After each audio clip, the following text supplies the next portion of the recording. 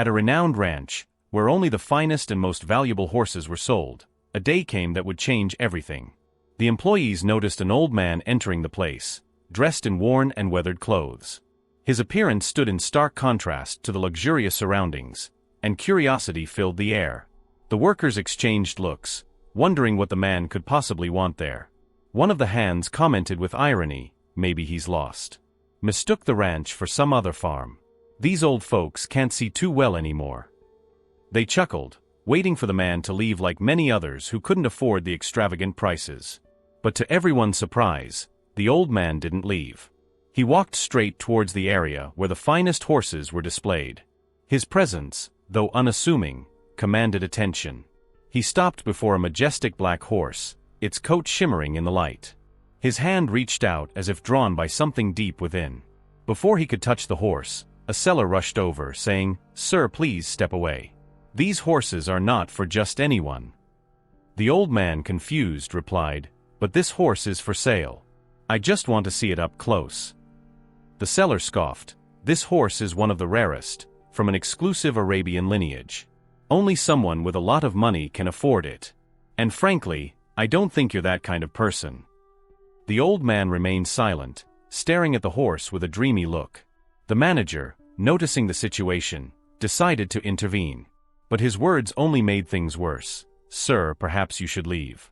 Your presence here gives a bad impression. And the smell of dirt you bring might ruin the atmosphere for our real customers." "I'm not dirty. I'm just humble," the old man responded, hurt. "That doesn't mean I'm foul." The manager ignored his words and turned away. The old man, head down and shoulders heavy with humiliation, left the ranch. He walked slowly back down the dirt path to his village.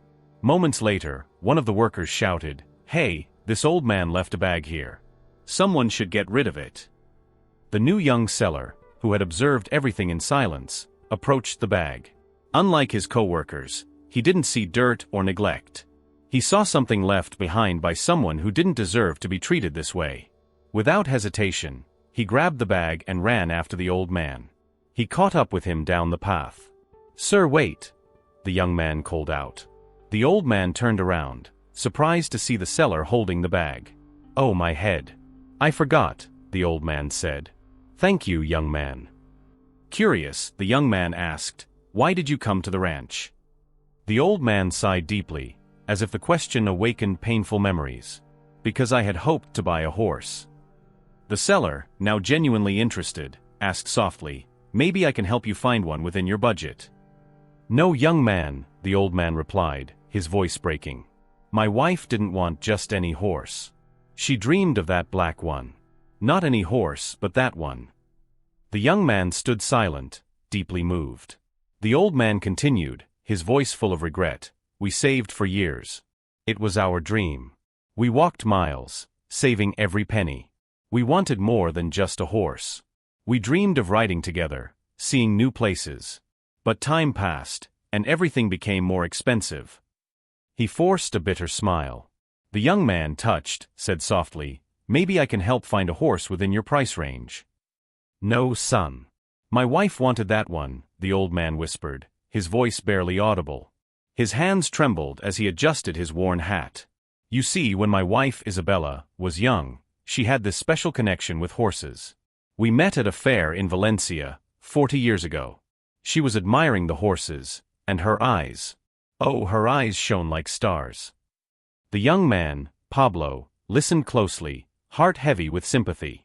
The old man continued, "We promised each other that one day, we'd have our own horse. Not just any horse, one worthy of carrying our dreams." Don Miguel paused, tears welling up in his eyes. "We saved for years.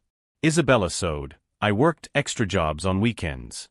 We had a little box decorated with pictures of horses, our dream savings box, Isabella called it." The young man gently asked, "Did you manage to save enough?" "Yes, we did," Don Miguel smiled bitterly. "But the day we had enough, she fell ill. Cancer. Stage 4. We tried everything, but no amount of money could save what truly mattered." Pablo's heart sank.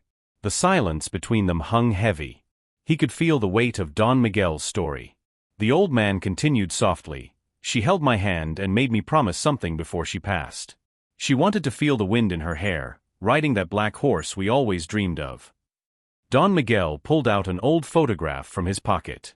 It was yellowed with age, a picture of a young woman next to a horse, eyes bright with joy. "This is Isabella," Don Miguel whispered. "And that black horse, it's the same one you see in the stable."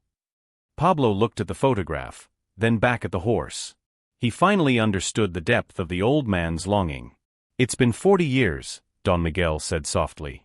"I thought I would never get to fulfill that promise." Pablo, feeling a deep connection to the story, made a decision. He couldn't let this dream die.